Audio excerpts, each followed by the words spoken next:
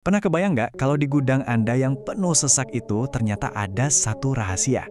Sebuah rahasia yang diam-diam terus-terusan menggerogoti anggaran perusahaan Anda. Nah, rahasia itu ada di suku cadang Anda. Dan hari ini kita akan bongkar semuanya bareng-bareng.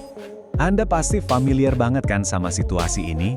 Setiap bulan, laporan biaya perawatan keluar, dan angkanya, ya gitu deh, naik lagi, naik lagi. Rasanya kayak berjuang tanpa akhir ya kan? Jadi harus mulai dari mana nih buat beresin masalah ini? Jawabannya ternyata lebih dekat dari yang kita duga. Ada di gudang kita sendiri.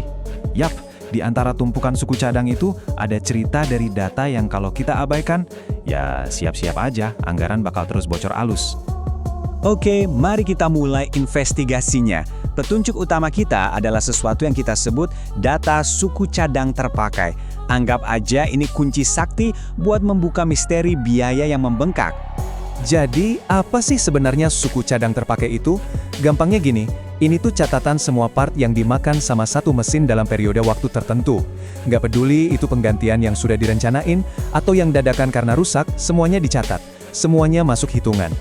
Dan yang menarik, data ini tuh bukan hal baru loh. Tim perawatan dan tim gudang Anda mungkin udah bolak-balik lihat data ini di setiap rapat. Jadi pertanyaannya bukan lagi, apakah Anda punya datanya, tapi apakah Anda sudah benar-benar mendengarkan apa yang coba dikatakan oleh data itu? Dampaknya, wah, luar biasa besar. Setiap satu suku cadang yang terpakai, itu langsung menyenggol KPI atau metrik kinerja utama Anda. Mulai dari biaya perawatan, ketersediaan alat, sampai ke MTBF. Atau gampangnya, seberapa sering mesin Anda ngambek. Semua ini pusatnya cuma satu, suku cadang.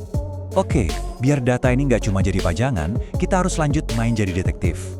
Ada 4 pertanyaan kunci yang harus kita ajukan untuk memulai investigasi kita. Pertama, kita lihat gambaran besarnya dulu. Total nilai rupiah dari semua suku cadang yang kita pakai itu berapa? Angka ini penting, bukan cuma sebagai catatan biaya, tapi sebagai titik awal buat kita ngintip. Seberapa besar sih potensi penghematan yang bisa kita dapatkan? Selanjutnya, kita kerucutkan.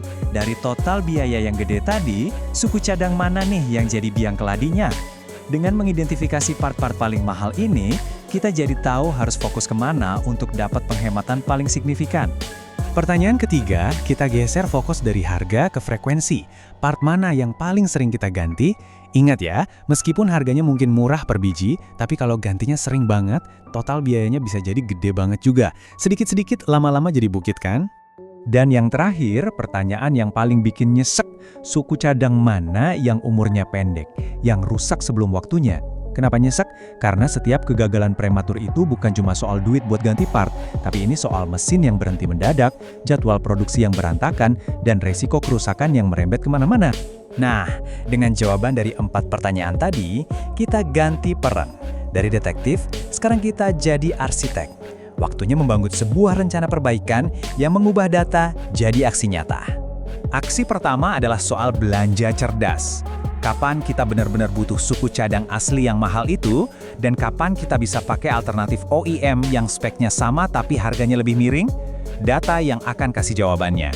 Kuncinya, jangan cuma lihat harga beli, tapi hitung biaya per jam pakainya. Itu baru perbandingan yang adil. Kedua, untuk part-part yang langganan rusak itu, kita harus bedah tuntas. Lakukan analisis akar masalah. Apakah masalahnya ada di kualitas part itu sendiri? Atau jangan-jangan cara perawatannya yang salah, cara operasinya yang keliru, atau malah kondisi lingkungannya yang nggak mendukung? Kita harus temukan akarnya, biar masalahnya nggak terulang lagi. Dan buat suku cadang yang harganya selangit, kita perlu berpikir lebih kreatif.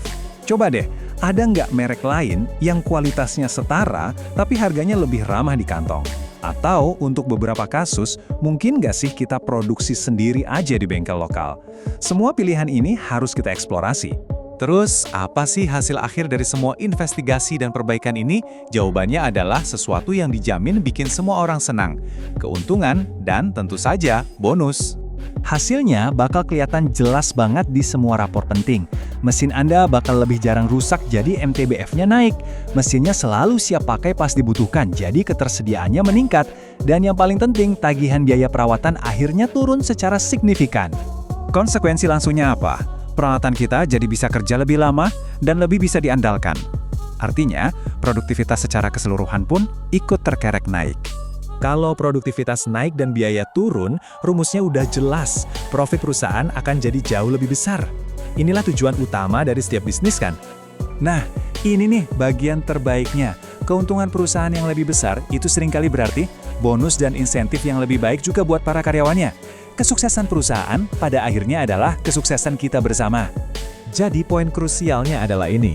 Kita nggak menganalisis data cuma untuk bikin laporan yang bagus. Kita menganalisis data untuk menemukan celah perbaikan, dan setiap perbaikan yang kita lakukan pada akhirnya akan membawa keuntungan. Jadi, saya akan tinggalkan Anda dengan satu pertanyaan. Data suku cadang itu sudah ada. Dia sedang menunggu di gudang dan di sistem komputer Anda. Pertanyaannya sekarang bukan lagi di mana menemukannya, tapi kapan Anda akan membiarkan data itu mulai bekerja untuk Anda?